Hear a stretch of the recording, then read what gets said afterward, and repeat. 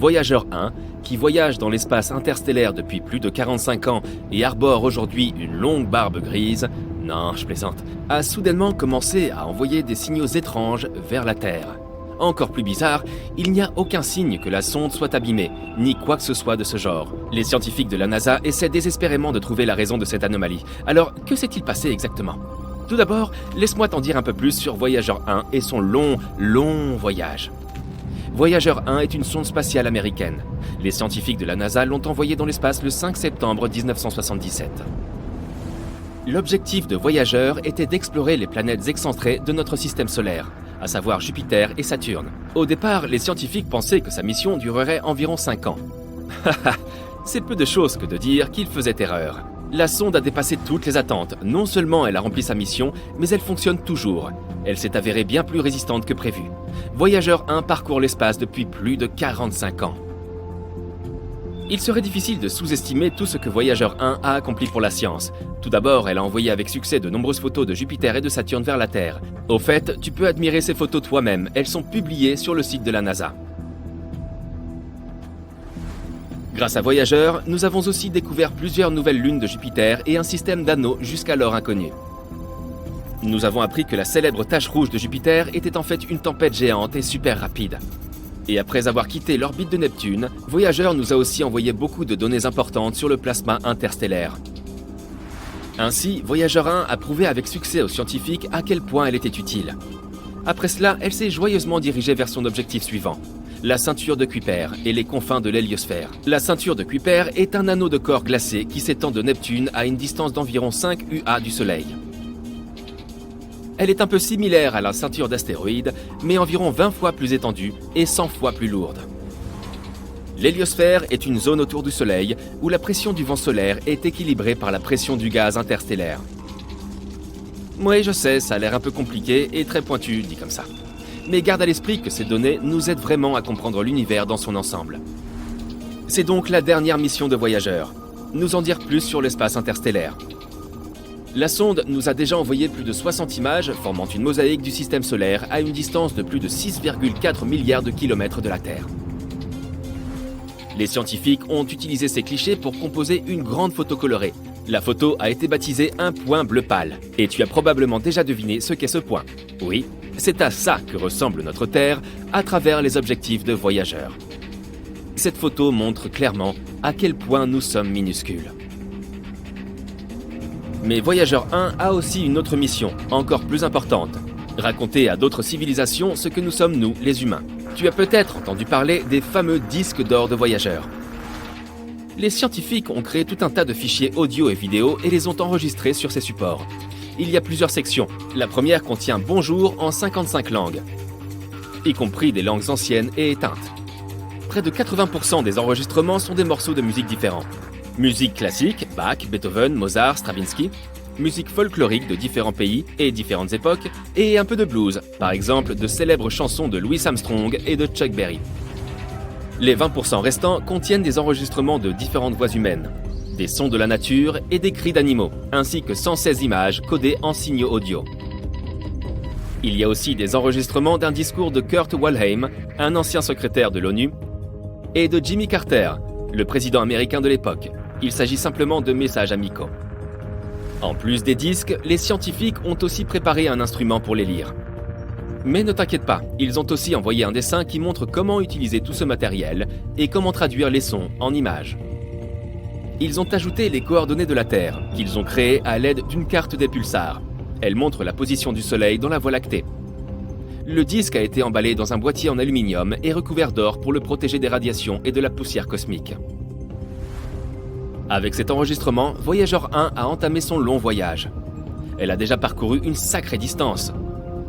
En ce moment, Voyager 1 se trouve à 154 unités astronomiques de nous, ce qui représente environ 23,3 milliards de kilomètres. Cela en fait l'objet de fabrication humaine le plus éloigné de la Terre. Avant, c'était la mission Pioneer 10 qui détenait ce record, mais Voyager l'a dépassé en 1998. Quelle bonne affaire pour la NASA! Elle a largement dépassé sa date de péremption. Voyager 1 est en fait si cool qu'elle a même surpassé sa sœur jumelle, Voyager 2, qui, soit dit en passant, avait été envoyée dans l'espace 2 semaines plus tôt. Voyager 1 se déplace à une vitesse de 17 km par seconde. ce qui représente 56 000 km/h. Pour comparaison, la voiture de sport la plus rapide du monde ne se déplace qu'à 491 km/h. Il est donc difficile de concevoir la vitesse de Voyager. Quoi qu'il en soit, en ce moment, Voyager se dirige vers les frontières du nuage de Oort. C'est le nom d'une couche hypothétique d'objets glacés entourant le système solaire. Les astronomes n'ont pas encore confirmé son existence, mais ils sont presque sûrs qu'il est là. Après tout, les trous noirs eux-mêmes n'étaient qu'une théorie il n'y a pas si longtemps encore. Malheureusement, Voyager 1 ne reviendra pas dans notre système solaire. Elle restera en contact avec la Terre au moins jusqu'en 2025. Puis finalement, le contact sera perdu pour toujours. Dans 300 ans, elle atteindra les frontières du nuage de Oort. Et dans 30 000 ans, je ne serai plus là, moi, elle quittera enfin le système solaire. Enfin, si rien ne lui arrive en cours de route, 10 000 ans après ça, Voyager 1 s'approchera de l'étoile naine rouge Gliese 445, située dans la constellation de la Girafe. Ensuite, la sonde continuera probablement à se balader dans la Voie lactée. Et maintenant, parlons enfin de ces mystérieux signaux. Alors, que s'est-il passé ? Eh bien, une chose plutôt inhabituelle. Le Jet Propulsion Laboratory de la NASA, qui surveille et contrôle les deux voyageurs, a signalé ce problème en mai 2022. Notre vieille sonde spatiale a soudainement commencé à envoyer des données étranges vers la Terre. Cette situation laisse même les ingénieurs de la NASA perplexes. Je parie que tu te dis « Oh, allez, elle est probablement simplement tombée en panne ou quelque chose comme ça ». Mais la vérité est que Voyager 1 va très bien. Elle fonctionne comme d'habitude, reçoit et exécute les commandes envoyées depuis la Terre et continue de collecter et d'envoyer des données scientifiques. Mais les relevés de l'AACS, qui signifie sous-système de contrôle d'attitude et d'articulation, ne nous montrent plus dans quel état se trouve réellement Voyager. Ce système assure l'orientation de la sonde dans l'espace et l'aide à rester en contact avec la Terre. Donc en gros, ces signaux signifient que l'orientation de la sonde dans l'espace est perturbée. Mais les scientifiques affirment que ce n'est pas le cas. Ils savent que la source du signal, l'antenne, se trouve dans la même position par rapport à la Terre que prévu. Le problème n'a déclenché aucun des systèmes de protection contre les défaillances. La sonde n'est même pas passée en mode sans échec. Alors, qu'est-ce qui se passe au juste dans l'univers ? Suzanne Dodd, la responsable du projet, affirme que le problème n'est en fait pas si inattendu. Après tout, Voyager 1 a déjà 45 ans. L'experte admet que ce qui arrive à la sonde reste un mystère pour eux. Ils ne savent pas exactement d'où proviennent ces données incorrectes. Et la façon dont cela affectera le fonctionnement de Voyager n'est pas très claire. Elle ajoute cependant que ce n'est pas si surprenant que cela, étant donné que la sonde se trouve dans l'espace interstellaire. Le niveau de radiation y est très élevé. Aucun vaisseau spatial n'a jamais atteint ce point auparavant. Les scientifiques de la NASA disent qu'ils vont continuer à surveiller de près les données provenant de Voyager 1, jusqu'à ce qu'ils trouvent le problème. S'ils le trouvent, l'équipe directrice essaiera de le résoudre. Sinon, ils devront s'adapter à ces nouvelles conditions. Mais il se peut que la seule compréhension du problème ne suffise pas vraiment. Il faut pas moins de 20h33 pour recevoir un signal de Voyager. Et il faut le même temps pour y répondre. Au moins, la deuxième sonde, Voyager 2, va très bien. Même si elle se trouve aussi actuellement dans l'espace interstellaire à une distance de 19,3 milliards de kilomètres de la Terre. Quoi qu'il en soit, nous ne pouvons qu'attendre des nouvelles et espérer que le problème sera résolu. En fait, je me demande combien de temps Voyager 1 va encore durer. Sera-t-elle capable de voler jusqu'aux frontières du nuage de Oort dans 300 ans ? Et toi, qu'en penses-tu ? Donne-moi ton avis dans les commentaires. Toutes les planètes du système solaire s'alignent lentement. Mercure, Vénus, la Terre, Mars, Jupiter, Saturne et Neptune sont sur le point de former une ligne droite. Cet événement, qu'on appelle une parade de planètes, se produit une fois tous les 176 ans. La dernière fois que cela s'est produit, c'était il y a près de 40 ans. C'était une chance unique d'explorer toutes ces planètes d'un coup. Le 20 août 1977, des milliers de personnes se sont rassemblées devant le centre spatial Kennedy de la NASA pour assister au lancement de la mission spatiale la plus lointaine et ambitieuse de l'histoire. 5, 4, 3, 2, 1, allumage. La fusée Titan a décollé de la Terre et quitté l'atmosphère. Une fois dans l'espace, elle a lancé la sonde Voyager 2, qui a commencé son voyage.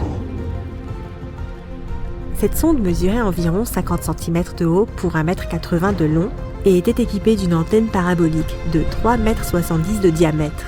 La plupart des équipements scientifiques étaient montés sur une perche qui s'étendait à 2,50 m vers l'extérieur. Le 5 septembre 1977, Voyager 1, une sonde identique, a quitté notre planète. Elle nous a envoyé des photos de la Terre et de la Lune. Elle a rapidement dépassé Voyager 2, lancé 2 semaines plus tôt. C'est pourquoi la deuxième sonde portait le numéro 1. Et c'est ainsi qu'a commencé son voyage dans le néant. Le 5 mars 1979, à environ 4 fois la distance entre la Terre et le Soleil, Voyager 1 s'est approché de Jupiter, prête à l'analyser à l'aide d'une douzaine de gadgets, dont un système de caméras comprenant différents objectifs.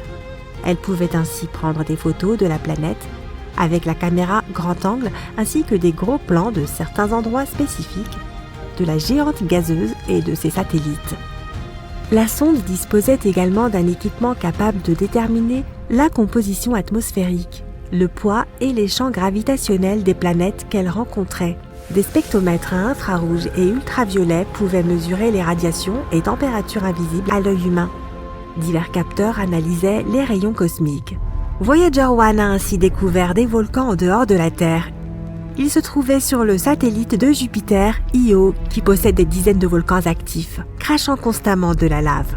Puis la sonde a pointé ses caméras sur la grande tache rouge. On a ainsi appris qu'il s'agissait d'une tempête géante ressemblant à un cyclone qui ne s'est jamais arrêté depuis le début des observations de Jupiter. C'est aussi la première fois que des éclairs étaient détectés en dehors de notre planète. Voyager 1 a aussi remarqué que Io agissait comme un générateur électrique pour Jupiter. Des ions, qui sont des particules chargées, volaient constamment vers la géante gazeuse, formant un courant électrique de 5 millions d'ampères. Voyager 1 continua ensuite son voyage. 5 mois plus tard, Voyager 2 s'est aussi approché de Jupiter. Cette planète a des anneaux autour d'elle, mais différents de ceux de Saturne. Quand les satellites rocheux de Jupiter sont entrés en collision, ils ont formé de petits débris qui se sont progressivement transformés en fine poussière. Puis Voyager 2 s'est approché d'Europe. Cette lune est recouverte d'une croûte de glace protégeant un océan liquide qui pourrait héberger la vie. Voyager 2 a été la première à photographier les fissures dans cette croûte de glace. En volant près de Io, Voyager 2 a découvert que 6 volcans de sa surface étaient encore en éruption. Cela signifie que les périodes d'activité de ces volcans pouvaient durer plusieurs mois. Les 2 sondes spatiales ont fait plusieurs fois le tour de Jupiter, puis elles se sont enfoncées plus loin dans l'espace. Une telle manœuvre gravitationnelle leur permettait de gagner en vitesse et d'économiser du carburant. Le 9 novembre 1980, Voyager 1 avait déjà parcouru 8 fois la distance Terre-Soleil.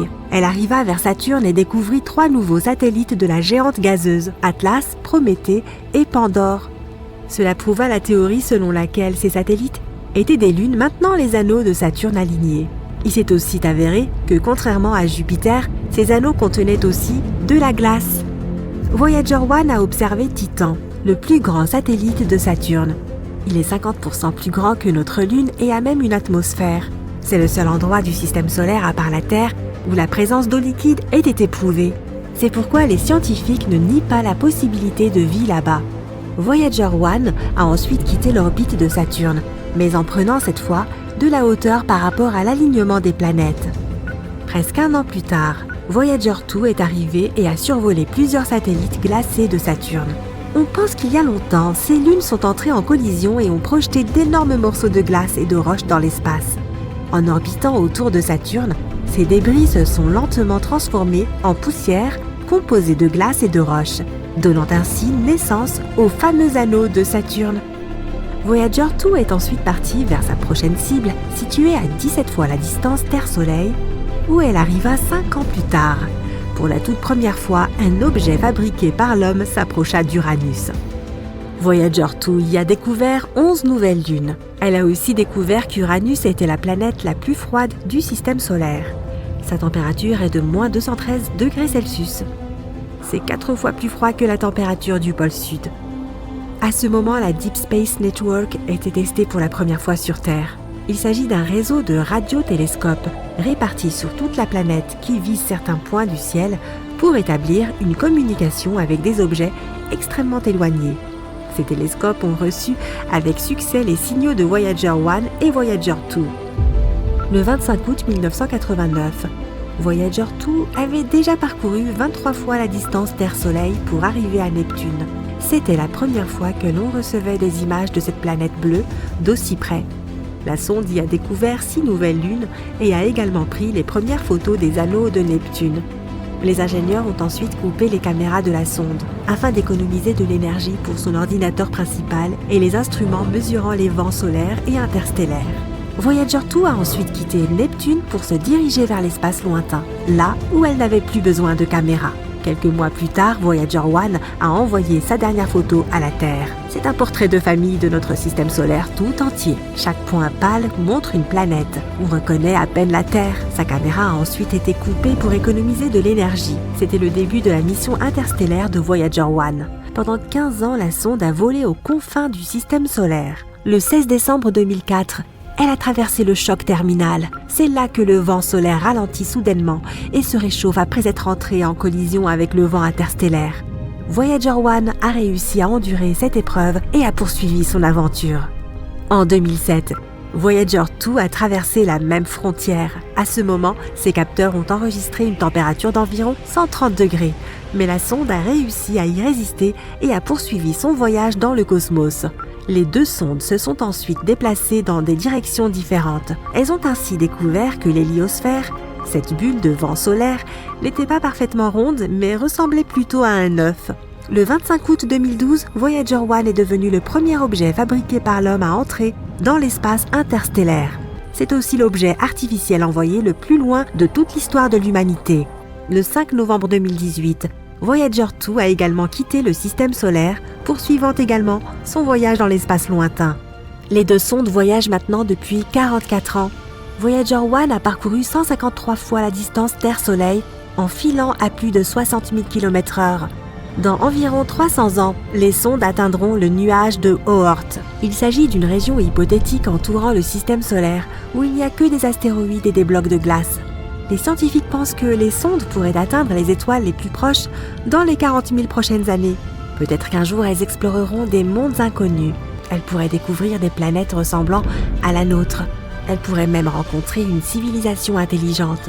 C'est pour cela que chaque sonde transporte un disque d'or sur lequel figure un message contenant 115 images, dont nos systèmes numériques, une carte du système solaire, des images de ces planètes, des diagrammes de l'ADN humain, des portraits d'humains, des paysages terrestres, des salutations traduites dans 55 langues de la Terre, y compris les plus anciennes et les plus récentes, et également 90 minutes de musique provenant de différents endroits de notre planète. Les sondes Voyager transportent aussi un dispositif permettant de lire ces sons. Si une autre civilisation reçoit cet enregistrement, ces scientifiques pourront alors le décoder et ils pourraient décider de nous rendre visite.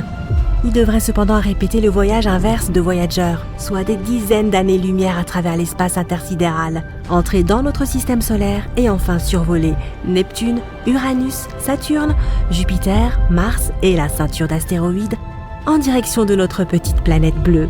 Nous pouvons seulement espérer que notre civilisation sera alors assez développée pour les accueillir.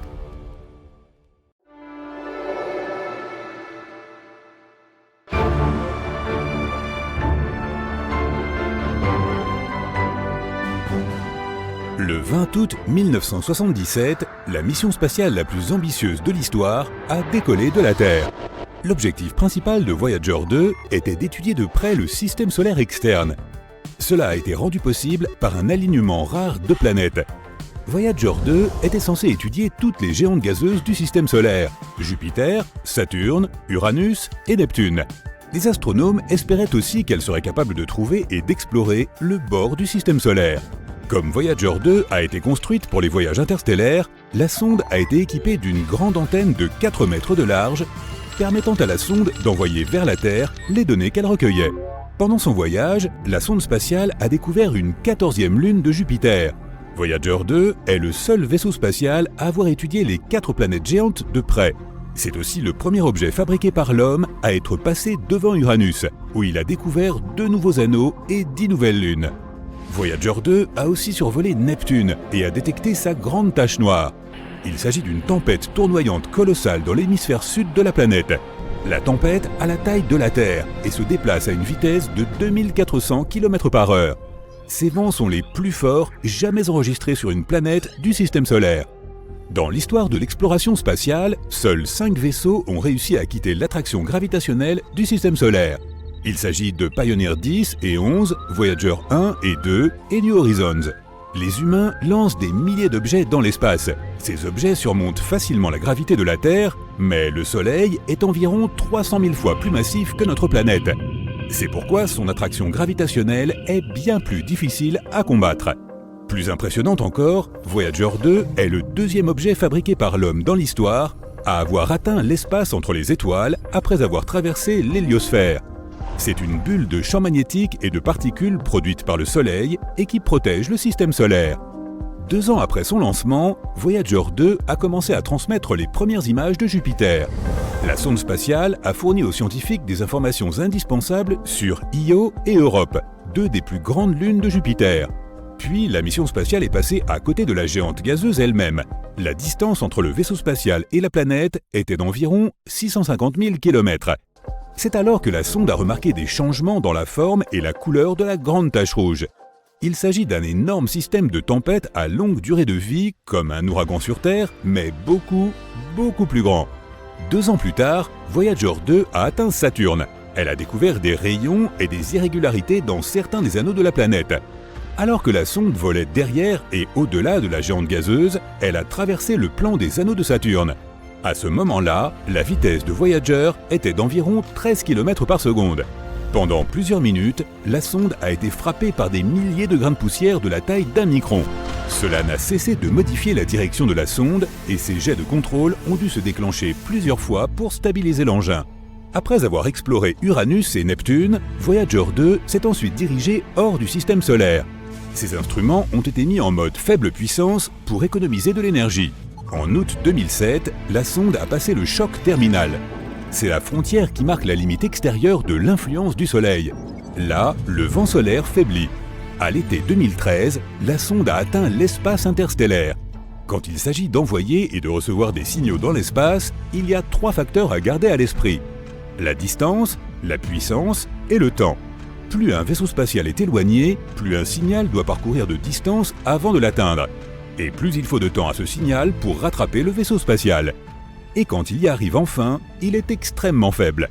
Un autre problème est qu'une fois que le vaisseau spatial est lancé, il ne peut pas être rénové. Il est coincé avec la technologie dont il a été équipé à son décollage. De plus, les sondes spatiales comme Voyager 2 sont alimentées par du carburant radioactif. Lorsque le matériau spécial se désintègre par radioactivité, il dégage de la chaleur, laquelle est convertie en électricité. Malheureusement, plus le matériau se désintègre, moins le vaisseau spatial a de puissance pour recevoir et transmettre des signaux radio.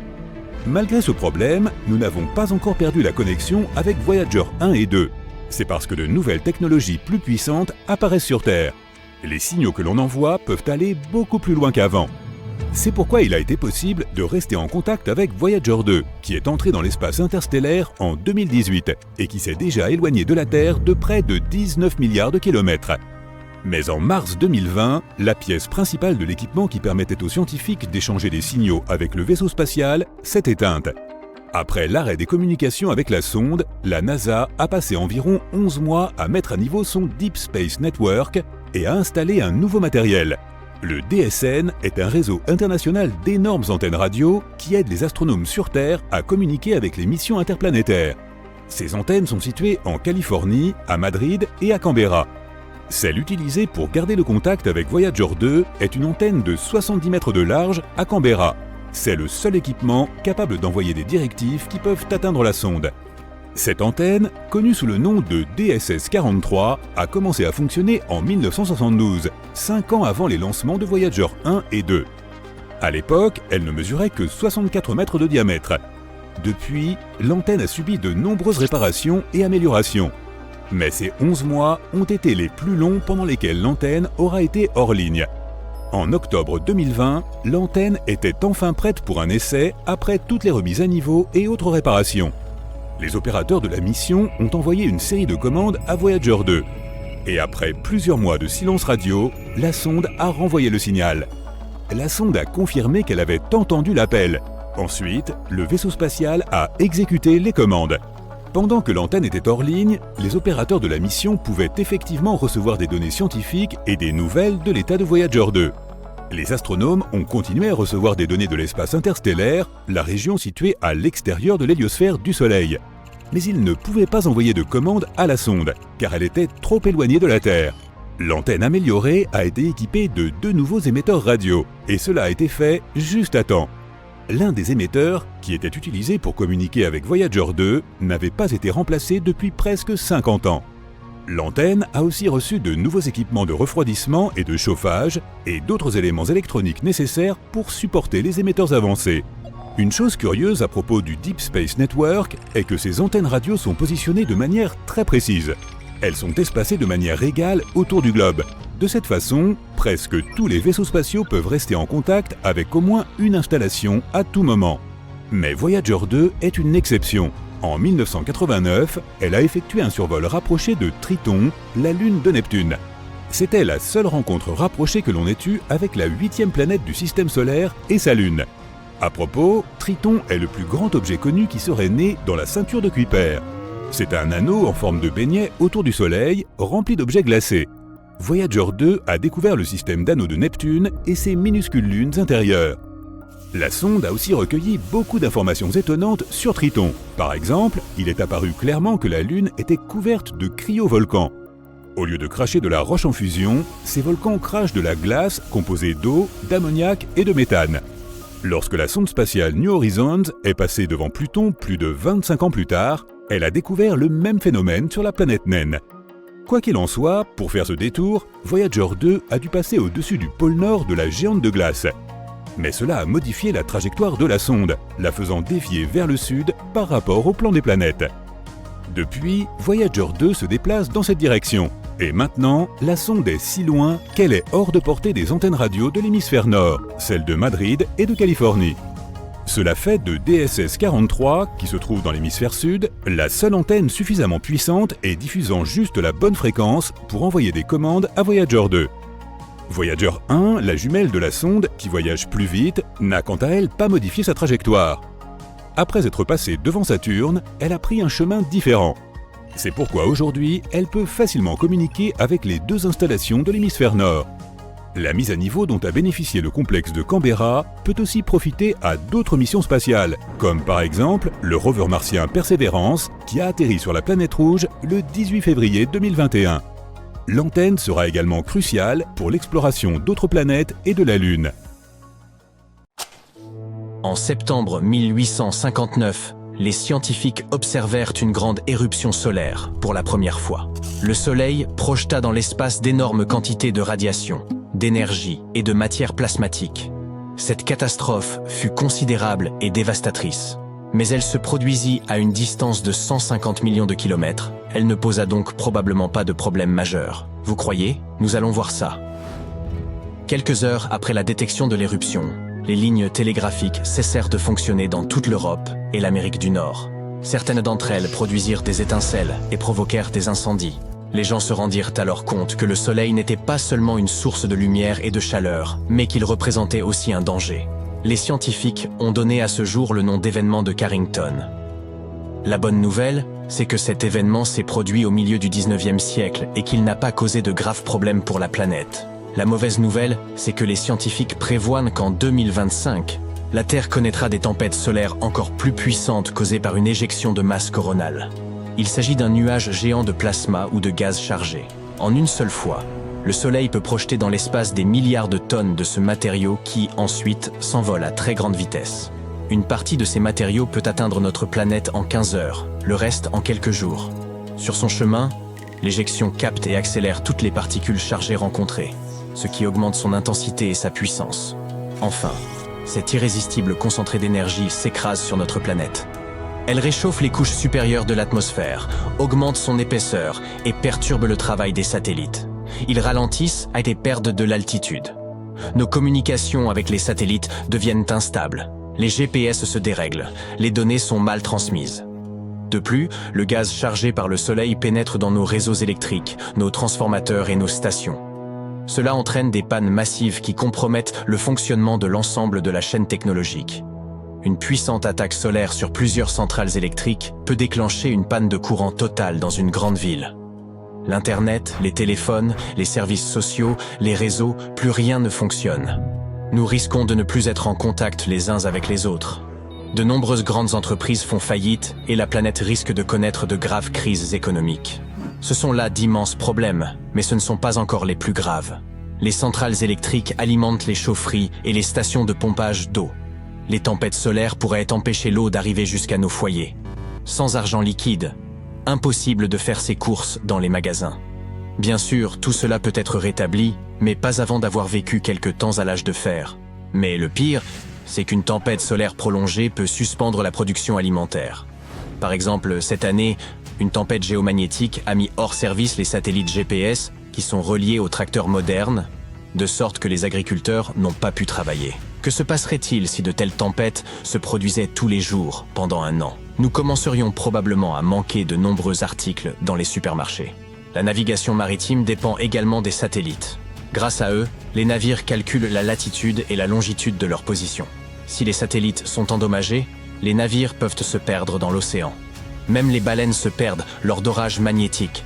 De nombreux oiseaux s'orientent à l'aide du champ magnétique lors de leur long vol vers le sud. Ainsi, les hommes comme les animaux peuvent être confrontés à de graves problèmes.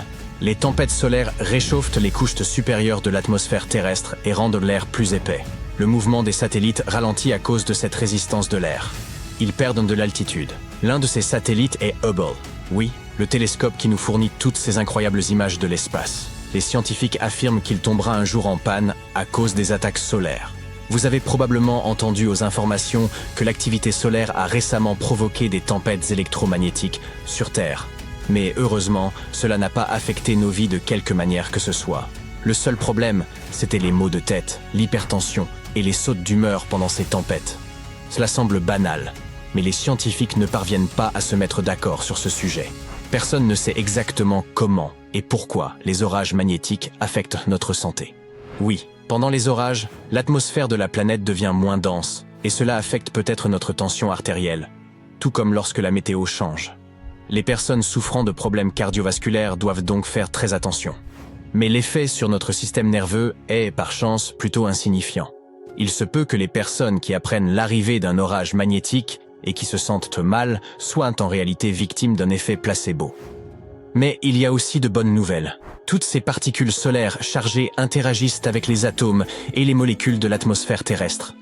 Cette interaction est à l'origine des magnifiques aurores boréales. Il est bon de passer un peu de temps loin de ces gadgets et de regarder le ciel de temps en temps. L'une des plus grandes tempêtes s'est produite le 13 mars 1989. Le 10 mars, le Soleil a éjecté un gigantesque volume de plasma coronal. La quantité de ce matériau était équivalente à 36 fois la taille de la Terre. Le nuage solaire volait vers nous à 1 600 000 km/h. Quelques jours plus tard, il s'est écrasé sur le champ magnétique de notre planète. Cette collision a provoqué une tempête géomagnétique. Les gens ont pu observer certaines des aurores les plus lumineuses et les plus belles de l'histoire. Le spectacle s'est produit sur une grande partie de la planète. Mais après cela, les problèmes ont commencé à apparaître. La tempête solaire a été si puissante qu'elle a traversé l'atmosphère et atteint la surface de la Terre. Elle a d'abord perturbé le fonctionnement des satellites, puis endommagé les réseaux électriques. Par exemple, elle a détruit un transformateur dans une centrale nucléaire du New Jersey. Au Canada, les compagnies d'énergie ont cessé de fonctionner en raison de la surcharge des systèmes. En conséquence, environ 6 millions de personnes dans le nord-est de ce pays ont été privées d'électricité pendant 9 heures. Ce fut la plus grande panne d'électricité causée par une tempête géomagnétique. Certes, il y a eu des tempêtes plus puissantes au milieu du 19e siècle et au début du 20e siècle. Mais la planète ne dépendait pas autant des réseaux électriques à l'époque. Des tempêtes plus violentes encore pourraient se produire en 2025. La question est de savoir si nous serons prêts à y faire face. Une étude attentive de l'activité solaire peut nous aider à nous préparer. Si nous savons à l'avance qu'une tempête est imminente, les scientifiques peuvent théoriquement éteindre certains systèmes et les rallumer par la suite. Si l'activité du Soleil augmente chaque année, nous devrons trouver de nouveaux moyens pour nous protéger. Qui sait ? Peut-être les scientifiques recouvriront-ils tous nos appareils et stations électriques d'une couche de matériaux protecteurs spécial. Quoi qu'il en soit, nous devons tout faire pour ne pas endommager le champ magnétique terrestre. car si ce bouclier disparaît, la surface de notre planète ressemblera à celle de Mars. Mais qu'est-ce qui provoque ces tempêtes solaires et pourquoi nous affectent-elles autant? Imaginez un homme bien coiffé qui va se coucher. Le matin, ses cheveux sont en désordre. Les champs magnétiques du soleil ressemblent à ses cheveux ébouriffés. Lorsque le soleil tourne, ces champs éclatent, s'emmêlent, s'étirent et se déchirent, et ils libèrent d'énormes quantités d'énergie dans l'espace. Ce n'est pas un problème pour le soleil, car tout cela se rétablit au cours d'un processus appelé reconnexion magnétique. De telles émissions peuvent causer des problèmes aux planètes de notre système. Lorsque la reconnexion magnétique se produit, plusieurs phénomènes peuvent s'ensuivre. L'un d'entre eux, dont vous avez déjà entendu parler, est une éjection de masse coronale. Mais ce n'est pas tout ce que le Soleil fait de terrible. Il y a aussi les éruptions. Imaginez une explosion de rayonnement solaire contenant des ondes électromagnétiques, des rayons X, des radiations et de la lumière visible et ultraviolette. Lors des éruptions, le Soleil libère une énorme quantité de cette énergie destructrice. Elle se propage dans l'espace à la vitesse de la lumière. Il faut 8 minutes à cette onde explosive pour atteindre notre planète. Heureusement, ces éruptions ne nous causent que peu de dégâts, car le champ magnétique et l'atmosphère de la Terre nous protègent. Les fortes éruptions peuvent perturber les ondes radio dans la haute atmosphère et affecter le fonctionnement des satellites, mais ce n'est pas grave. Un autre phénomène solaire, la tempête de radiation. Il s'agit d'électrons et de protons accélérés, qui se déplacent à une vitesse légèrement inférieure à celle de la lumière. Grâce au champ magnétique de la Terre, les tempêtes de radiation ne nuisent pas trop à notre planète. Elles représentent toutefois un danger pour les astronautes et les satellites. Ces particules peuvent pénétrer dans les tissus humains et entraîner de graves problèmes de santé. Mais seulement si vous êtes dans l'espace ou si vous pilotez un avion dans la haute atmosphère. Le système solaire regorge d'objets mystérieux venus de partout. En octobre 2017, des chercheurs de Hawaï ont découvert un étrange objet qu'ils ont baptisé Oumuamua, signifiant « un visiteur d'une terre lointaine » en hawaïen. Ou bien c'est le beuglement d'une très grosse vache. Il a suivi une orbite d'évasion, échappant littéralement à l'attraction gravitationnelle de sa planète, comme si l'on lançait une balle dans l'espace sans espoir de retour. Cela signifie que cet objet insolite provient de l'extérieur de notre système solaire. Les théories à son sujet étaient nombreuses, d'un simple astéroïde à un vaisseau spatial extraterrestre. Certains scientifiques ont même envisagé qu'il s'agisse d'un morceau de glace d'azote, provenant d'une planète similaire à Pluton. Sa forme inhabituelle n'a fait qu'ajouter au mystère. Les variations importantes de sa courbe lumineuse laissent penser que cet objet pourrait être soit allongé, comme un tube, soit plat, comme une crêpe. Cet objet était unique en son genre. Oumuamua ne se comportait pas comme une comète, ni comme un astéroïde. Les comètes, composées de glace, développent des queues brillantes en s'approchant du Soleil, tandis que les astéroïdes, essentiellement faits de roches, n'ont pas de queue. Oumuamua n'a pas de queue et ne libère pas de gaz, mais il n'est pas non plus une simple roche. Sa surface est très brillante, presque comme du métal poli. Lorsqu'il est passé près du Soleil, sa vitesse a brusquement augmenté, comme s'il avait été propulsé par une fusée. Et ce n'est pas la gravité du Soleil qui a causé cette accélération soudaine. Les scientifiques ignorent ce qui l'a provoqué. Alors, qu'était réellement cet objet? Après des années d'études, les scientifiques estiment désormais qu'Oumuamua est probablement une comète recouverte d'hydrogène gelé. Cet hydrogène a réagi avec la lumière du Soleil, accélérant la comète et modifiant sa trajectoire. Oumuamua a probablement accumulé cet hydrogène en étant exposé pendant longtemps à des rayons cosmiques. Il a aussi acquis une jolie teinte rouge grâce à cette exposition.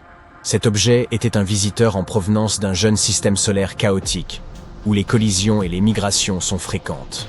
De tels systèmes propulsent souvent de nombreux petits objets. Il est possible qu'il ait été éjecté par une planète telle que Jupiter, dont la gravité est si intense qu'elle peut projeter d'énormes objets à travers l'espace. Ce phénomène se produit également avec les comètes que nous observons. Oumuamua a déjà quitté notre système solaire, bien que des objets similaires nous rendent visite de temps en temps, environ une fois par an. Pour en apprendre davantage sur ces mystérieux visiteurs, les astronomes prévoient d'envoyer une sonde à la poursuite d'Oumuamua. Nous utiliserons les orbites de la Terre et de Jupiter pour l'accélérer suffisamment afin de le rattraper. Toutefois, certains visiteurs ont séjourné un peu plus longtemps dans notre voisinage. En octobre 2019, le télescope spatial Hubble a capturé l'image d'une comète bleuâtre, entourée de poussière et de gaz. À ce moment-là, elle se trouvait déjà dans notre système solaire, à environ 420 millions de kilomètres de la Terre, quelque part entre Mars et Jupiter. Nous avons pu observer la poussière lumineuse qui l'entourait, mais son noyau était encore invisible en raison de sa petite taille. Cependant, petit est relatif ici. Cette comète mesure environ 1000 mètres de large, soit la longueur de 10 terrains de football. En mars 2020, les images d'Hubble ont révélé qu'un petit fragment s'était détaché du noyau, indiquant que cette comète est très active, contrairement à Oumuamua. En examinant l'objet de plus près, nous avons découvert que son noyau était un mélange de glace et de particules de poussière. Sa surface est également semblable à celle d'autres comètes, avec des zones rugueuses et des couches lisses de débris glacés et poussiéreux. Cette comète a été découverte par l'astronome amateur Gennady Vladimirovitch Borisov et a donc été baptisée comète 2I Borisov. Les scientifiques ont rapidement confirmé qu'elle provenait de l'extérieur de notre système solaire. Cette comète était comme un touriste enthousiaste. Elle se déplaçait à une vitesse vertigineuse d'environ 180 000 km/h. Une telle vitesse permettrait de faire le tour de la Terre 4 fois en 1 heure. Mais cette visite était fascinante pour bien d'autres raisons. La plupart des comètes de notre système solaire proviennent de la ceinture de Kuiper ou du nuage de Oort. La ceinture de Kuiper est une région de l'espace au-delà de l'orbite de Neptune, semblable à un grand anneau lointain autour du Soleil et rempli de nombreux objets glacés. Tous sont des vestiges anciens de l'époque où notre système solaire était encore très jeune. Le nuage de Oort est beaucoup plus éloigné. Il forme une gigantesque bulle autour du système solaire, également remplie d'objets glacés très anciens. La plupart des comètes à longue période proviennent de là. Mais d'où nous vient la comète 2I Borisov? Nous ne le savons toujours pas avec certitude. Les scientifiques estiment qu'elle pourrait s'être formée dans un autre système stellaire, lequel pourrait être soit plus jeune, soit plus ancien que le nôtre. La NASA nous avait habitués à davantage de précision. Quoi qu'il en soit, il est possible qu'elle ait été expulsée de son système d'origine, tout comme l'a été Oumuamua. Bien que la comète 2I Borisov soit trop petite pour conserver sa propre développer une chevelure lorsqu'elle s'est rapprochée du Soleil. Le terme chevelure désigne ce magnifique nuage de gaz lumineux et de poussière qui entoure le noyau de la comète. Il se forme lorsque la chaleur du Soleil provoque la vaporisation de la glace qui s'y trouve, libérant ainsi de la poussière et du gaz dans l'espace. Cette comète était plus conviviale qu'Oumuamua et nous a permis de l'étudier davantage. Nous avons ainsi découvert des caractéristiques intéressantes, comme le fait qu'elle n'avait jamais interagi avec une autre étoile par exemple. Malheureusement, Borisov a également dû nous fausser compagnie. Elle se trouve à présent sur une trajectoire qui la renverra dans l'espace interstellaire. Néanmoins, d'autres visiteurs nous sont en approche. Et vous avez peut-être entendu parler de celui-ci. La grande comète de 1996. C'est ainsi que nous avons surnommé la comète Hyakutake. Elle a également été nommée d'après l'astronome Yuji Hyakutake, qui l'a découverte, par une incroyable coïncidence, à la veille du Nouvel An. Le 25 mars 1996, cet objet est passé incroyablement près de la Terre. À peine 0,1 unité astronomique, soit un peu plus loin que la Lune. Il a survolé le pôle Nord, faisant de cette entrevue l'une des plus rapprochées avec une comète de ces 200 dernières années. Visible dans le monde entier, elle était très brillante et s'étendait largement dans le ciel. Et elle ne s'est pas contentée de rester visible une seule nuit. Elle est devenue de plus en plus apparente au cours du mois de mars, se classant parmi les objets les plus brillants du ciel nocturne à la fin du mois. Elle n'a complètement disparu qu'à la fin du mois de mai. C'est une comète à longue période, ce qui signifie qu'il lui faut des centaines d'années pour orbiter autour du Soleil. La dernière fois qu'elle nous a rendu visite, c'était il y a environ 17 000 ans, mais sa période orbitale a maintenant augmenté jusqu'à 70 000 ans. Mais ne vous en faites pas, d'autres comètes illumineront nos jours et nos nuits. De plus, certains objets spatiaux préfèrent s'attarder plus longtemps. Vient ensuite cet astéroïde, Kaepaoka Awela. Vous m'excuserez si j'en écorche le nom. En hawaïen, ce dernier signifie l'espiègle de Jupiter. Heureusement, les scientifiques ont eu la bonté de le surnommer BZ pour faciliter la vie de votre sympathique narrateur. C'est un petit astéroïde, d'environ 2,9 km de diamètre. Comme son nom l'indique, il partage une orbite avec Jupiter. Mais voici un détail fascinant. Cet astéroïde se déplace dans la direction opposée, ce qu'on appelle une orbite rétrograde. Cet astéroïde inhabituel a été découvert en novembre 2014. Il orbite autour du Soleil pendant environ 11 ans et 8 mois, passant parfois à l'intérieur et à l'extérieur de l'orbite de Jupiter. Il en est ainsi depuis au moins 1 million d'années, et il continuera encore ainsi pendant un autre million d'années. Mais pourquoi se déplace-t-il de façon si singulière? BZ pourrait bien être un vagabond interstellaire. Peut-être est-il passé par notre système solaire il y a environ 4 milliards et demi d'années, à l'époque où le Soleil se formait. Ensuite, il aurait été capturé par sa gravité, tout en conservant une orbite opposée. Ou peut-être provient-il du nuage de Oort. Dans ce cas, il pourrait avoir hérité son orbite étrange de la mystérieuse planète 9, un corps hypothétique dont on suspecte l'existence dans notre système solaire, bien au-delà de Neptune. Quoi qu'il en soit, cet astéroïde nous offre un aperçu précieux de l'histoire du système solaire et de la manière dont les matières organiques pourraient voyager depuis l'espace interstellaire jusqu'à nous. À tout moment, des milliers d'objets de notre système solaire proviennent de l'espace lointain. Ils y restent pendant des durées variables. Mais parfois, nous avons de la chance, et ils nous en apprennent beaucoup sur l'espace qui nous entoure. Cela fait maintenant plus d'1 an que le télescope James Webb, dont la construction aura pris plus de 20 ans, a été lancé. Et, au cours d'un laps de temps relativement bref, ce matériel ultramoderne, et le plus perfectionné de l'histoire, a déjà permis de nombreuses découvertes. En observant l'univers dans l'infrarouge, James Webb nous permet de voir des choses qu'aucun autre télescope n'avait jamais montrées auparavant. L'objectif principal de cet incroyable appareil est d'étudier la formation des galaxies et des étoiles qui sont apparues dans l'univers primordial. Par exemple, observons la pouponnière d'étoiles la plus proche de nous. C'est une région de l'espace où naissent de nouveaux astres. La NASA a partagé ce cliché saisi par le télescope, qui nous montre une petite région de formation d'étoiles. Si vous regardez attentivement l'image, vous apercevrez les jets de matière produits par les étoiles naissantes. Autour d'eux, des nuages de poussière cosmique de différentes couleurs se mêlent les uns aux autres. C'est une vue fascinante. La poussière rouge est constituée de molécules d'hydrogène. On peut également remarquer que certaines étoiles présentent quelque chose de semblable à des ombres. Celles-ci indiquent la création de ce qui deviendra plus tard des planètes. À première vue, l'image peut sembler très chaotique. Mais les astronomes affirment qu'il s'agit là d'une pouponnière d'étoiles relativement petite et tranquille par rapport à certaines autres. De nombreuses jeunes étoiles sont de taille similaire à notre Soleil, ou un peu plus petites. La photo elle-même a été prise à l'aide de la caméra proche infrarouge de James Webb.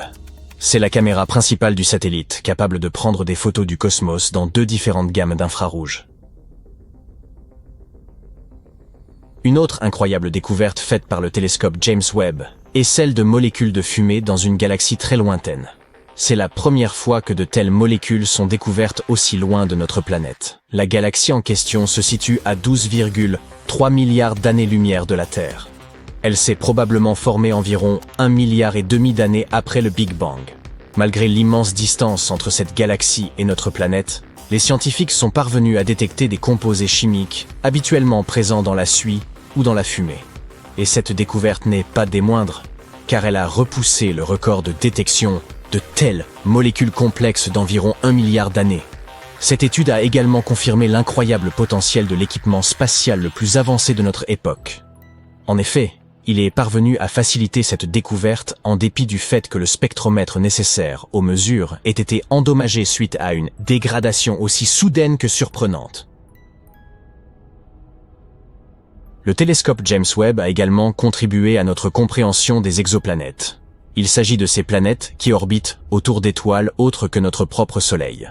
C'est au début de l'année 2023 que l'Observatoire spatial a repéré sa première exoplanète, LHS 475b.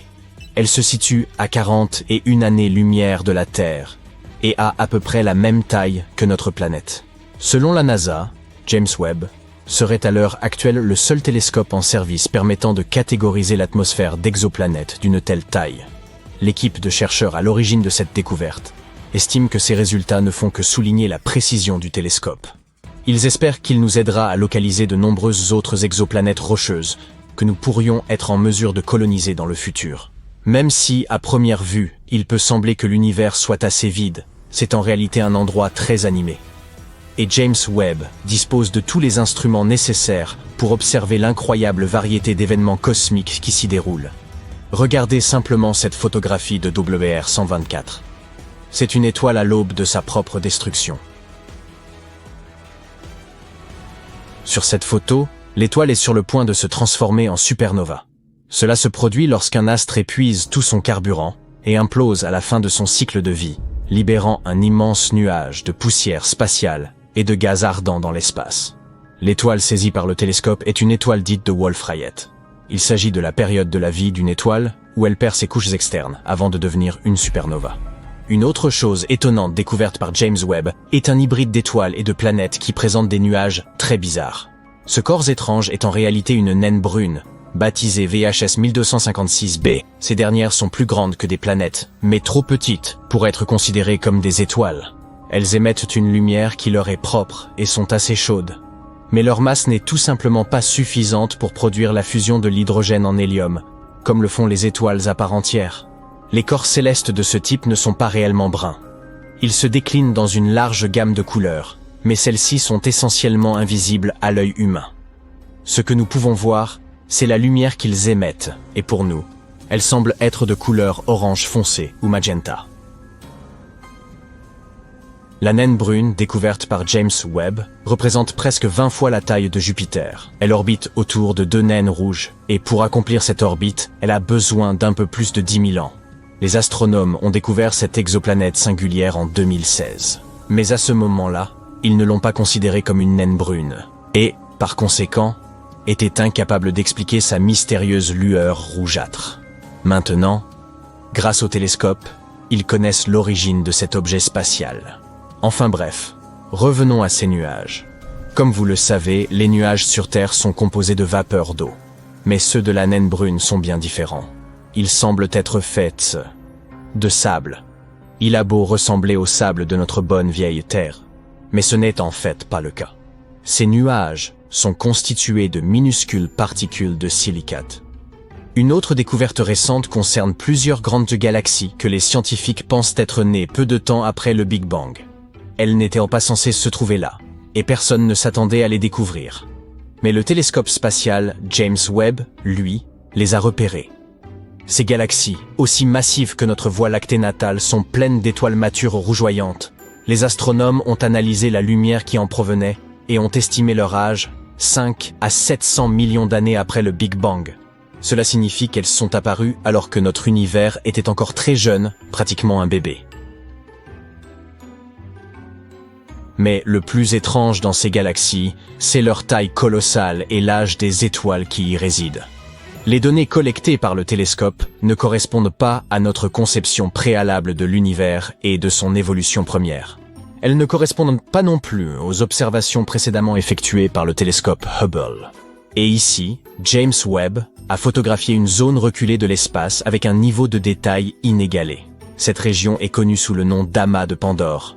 Sur l'image, on peut observer 3 énormes amas galactiques qui se rassemblent pour former un superamas. La masse combinée de ceux-ci gît comme une puissante lentille gravitationnelle. Et grâce à cet effet naturel de grossissement, les scientifiques peuvent observer d'autres galaxies de la région. Les astronomes affirment que ces images les plus récentes de l'amas de Pandore sont les plus détaillées qu'ils aient jamais vues. James Webb a également réussi à repérer des milliers de jeunes étoiles encore jamais observées auparavant, dans la nébuleuse de la Tarentule. Cette formation cosmique doit son nom aux filaments de poussière repérés tout autour dans des clichés précédents. C'est la plus grande région de formation d'étoiles du groupe local, lequel comprend les galaxies les plus proches de la Voie lactée. Les images du télescope James Webb nous ont considérablement éclairés sur la composition de cette nébuleuse. Il y a également détecté des proto-étoiles, de très jeunes astres en train de gagner en masse. Les astronomes s'attendent à ce que ces proto-étoiles finissent par se former tout à fait, façonnant encore davantage la nébuleuse. Parmi les autres découvertes effectuées par le télescope James Webb, on compte la naissance de 50 étoiles lointaines. Certaines d'entre elles présentent des disques protoplanétaires qui pourraient plus tard former des systèmes solaires à plusieurs années-lumière de notre propre système. Voici une autre photographie de James Webb. On peut y voir un trou noir supermassif, d'une masse équivalente à celle de 9 milliards de soleils. Il est si ancien et si proprement gigantesque que les scientifiques ont bien du mal à expliquer son existence. Les astronomes ont également découvert un anneau lointain de poussière, de roches et de gaz qui contient un composé chimique appelé méthylium. Il est connu comme l'un des blocs de construction de la vie à l'échelle moléculaire, et on le retrouve dans la plupart des matières organiques de notre planète. James Webb a également aidé les chercheurs à observer de puissantes tempêtes de sable sur une planète située à 378 000 milliards de kilomètres de distance. Les astronomes étaient ravis de découvrir ce véritable coffre au trésor, rempli de nombreuses particules de sable microscopiques. Et maintenant, observez ceci.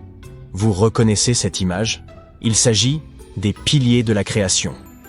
Mais ce nouvel angle nous montre à quel point cette région poussiéreuse est véritablement étoilée. Vous pouvez comparer cette nouvelle photo avec celle prise par Hubble en 2014. C'est une preuve flagrante de nos progrès scientifiques. Le télescope spatial James Webb, ou JWST, est un peu le paparazzo intergalactique ultime. Il saisit des clichés de certaines des vedettes les plus célèbres de l'univers. Étoiles, galaxies, exoplanètes. Quoi que l'on désire, le télescope spatial James Webb le prend en photo.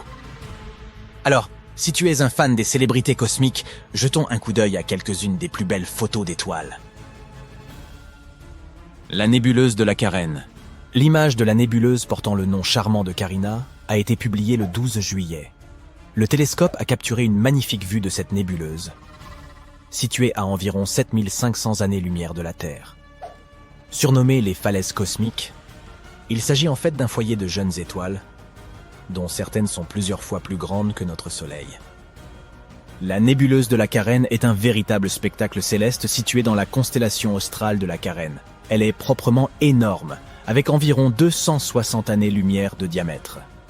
Les étoiles massives de cette nébuleuse sont si brillantes et si chaudes qu'elles créent un nuage incandescent de gaz et de poussière autour d'elles. La nébuleuse de la Carène contient également des nuages tourbillonnants de gaz et de poussière où naissent de nouvelles étoiles.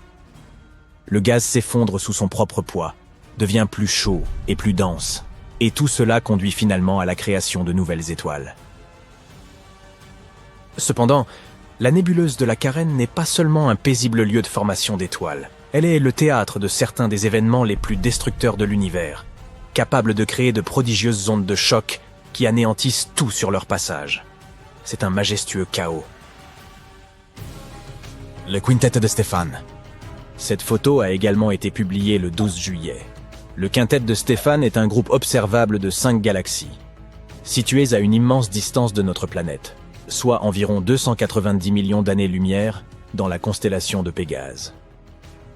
C'est comme une réunion de familles cosmiques. Toutes ces galaxies sont liées les unes aux autres et interagissent les unes avec les autres d'une manière très intéressante. Elles s'étendent et s'attirent les unes les autres au moyen de leur gravité, échangeant constamment du gaz et de la poussière. Cette interaction entraîne la collision et la fusion de certaines galaxies, ce qui peut engendrer toutes sortes d'effets intéressants, comme des sursauts de formations stellaires et des supernovae. Grâce à James Webb, nous avons pu observer des ondes de choc, des queues de marée et d'autres détails étonnants de ces galaxies.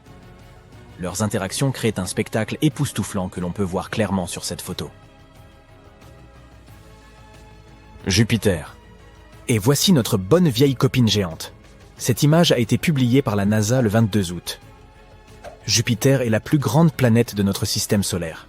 Elle est connue pour ses nombreuses lunes et ses magnifiques nuages tourbillonnants. Mais elle possède également un système d'anneaux, tout comme Saturne, qui sont constitués de minuscules particules de poussière en orbite autour de la planète. Ces anneaux sont beaucoup plus petits et moins visibles que ceux de Saturne, mais ils sont tout de même très intéressants. Jupiter possède également des aurores, qui sont des spectacles lumineux colorés se produisant dans l'atmosphère de la planète. Elles sont causées par les particules chargées du vent solaire qui interagissent avec le champ magnétique de Jupiter. Comme sur Terre, elles sont visibles près des pôles de la planète. Mais ces aurores sont beaucoup plus lumineuses et intenses que les nôtres. On peut même observer ce spectacle lumineux depuis l'espace. Et aujourd'hui, nous sommes enfin en mesure de capturer ce spectacle éblouissant. La photo du télescope spatial montre les aurores de Jupiter, ses anneaux et même 2 de ses lunes, Amalthée et Adrastée. Il est étonnant de voir à quel point elles sont nettes et lumineuses sur cette photo. La galaxie de la roue de chariot. La NASA a publié cette image le 2 août. Cette photo nous montre la galaxie de la roue de chariot et ses proches voisines. Cette galaxie doit évidemment son nom à sa forme circulaire, et elle ressemble un peu à une roue de bicyclette, n'est-ce pas? Il s'agit d'une masse géante et tourbillonnante d'étoiles, de gaz et de poussière, située dans les profondeurs de l'espace. Elle a la forme d'une roue à fuseau, avec de longs bras en spirale. Ces bras sont maintenus en l'état par la gravité de la région centrale, qui abrite un trou noir supermassif. Mais la galaxie de la roue de chariot est un peu différente des galaxies spirales qui lui sont apparentées. Elle s'est formée lorsqu'une galaxie plus petite est entrée en collision avec une galaxie plus grande, créant une onde de choc qui s'est propagée dans le gaz et la poussière environnante. Nous devrons certainement visiter cette galaxie un jour, et cela promet sans doute d'être un voyage endiablé. La galaxie spirale M74. Et voici une autre galaxie spirale. La NASA a publié cette image le 22 juillet. Le télescope James Webb a dû traverser d'épaisses couches de poussière et de gaz pour distinguer ce magnifique amas d'étoiles.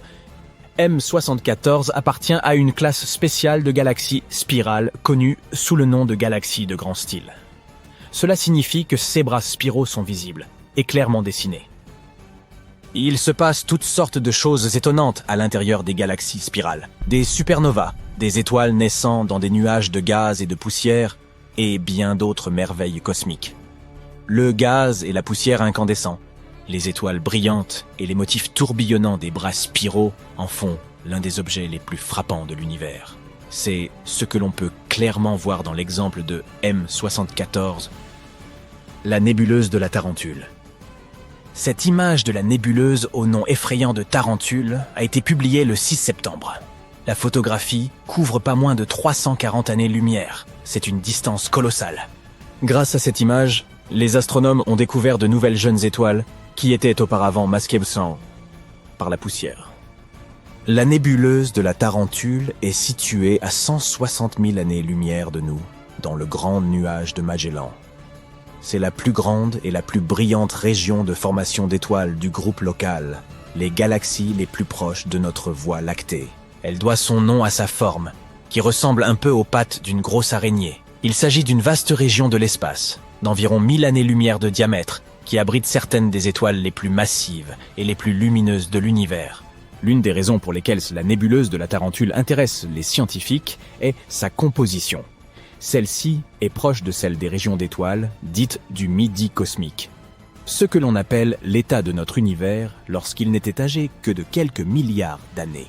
À cette époque, la formation d'étoiles était à son apogée.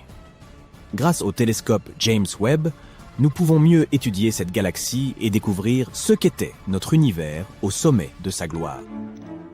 Les anneaux de Neptune. Cette photo a été publiée le 21 septembre 2022. Sur cette photo, on peut même voir 6 petites lunes à côté de la planète, avec Triton qui brille de 1000 feux en haut à gauche. Tu ne pensais quand même pas qu'il s'agissait du Soleil, n'est-ce pas? Eh oui, Neptune a aussi des anneaux. C'est un peu l'accessoire cosmique ultime. Ils ajoutent une touche de glamour et de style à la planète. Mais à la différence des bagues de joaillerie, ces anneaux sont faits de petites particules de poussière, plutôt que de diamants et d'or. 5 anneaux ont été baptisés autour de Neptune. Les anneaux de Gale, le Verrier, Lassell, Arago et Adams. Les chercheurs pensent qu'ils sont relativement jeunes, bien plus jeunes que notre système solaire et bien plus récents que les anneaux d'Uranus, par exemple. Ils ont probablement été créés lorsque l'une des lunes intérieures de Neptune s'est approchée trop près de la planète et a été déchirée par sa gravité. Nous n'avions pas été en mesure d'observer les anneaux de Neptune aussi nettement depuis le passage de Voyager 2 en 1989. C'est donc une excellente occasion d'observer ces anneaux de plus près. Les piliers de la création. Cette photo a été publiée le 19 octobre. Les piliers de la création sont devenus célèbres grâce au télescope Hubble. Mais cette photo est encore plus impressionnante et beaucoup plus détaillée. Ces colonnes, situées dans la nébuleuse de l'Aigle, mesurent environ 5 années-lumière de haut, ce qui est vraiment, vraiment grand. Et elles ressemblent à de majestueuses formations rocheuses, en beaucoup plus transparent. À l'instar d'un plateau de tournage hollywoodien, il déborde d'actions et d'effets spéciaux. 16 colonnes abritent certains des processus les plus spectaculaires de l'univers. Le gaz et la poussière s'effondrent sous l'effet de leur propre gravité, formant des amas qui finiront par devenir des étoiles. La région regorge de radiations intenses, de jets de particules à haute énergie et de supernovae. C'est comme une version cosmique de Survivor. Et comme si ce n'était pas assez effrayant en soi, voici une autre photo publiée par la NASA le 19 octobre. Elle a été partagée juste avant Halloween. Ici, les piliers ressemblent à une main sinistre qui s'étire pour attraper quelque chose. Brrr. Quoi qu'il en soit, toutes ces photos nous offrent un spectacle vraiment impressionnant. Elles nous rappellent l'incroyable complexité de l'univers et les choses étonnantes qui se produisent même dans les coins les plus sombres et les plus reculés du cosmos. Espérons que le télescope James Webb continuera de nous émerveiller à l'avenir.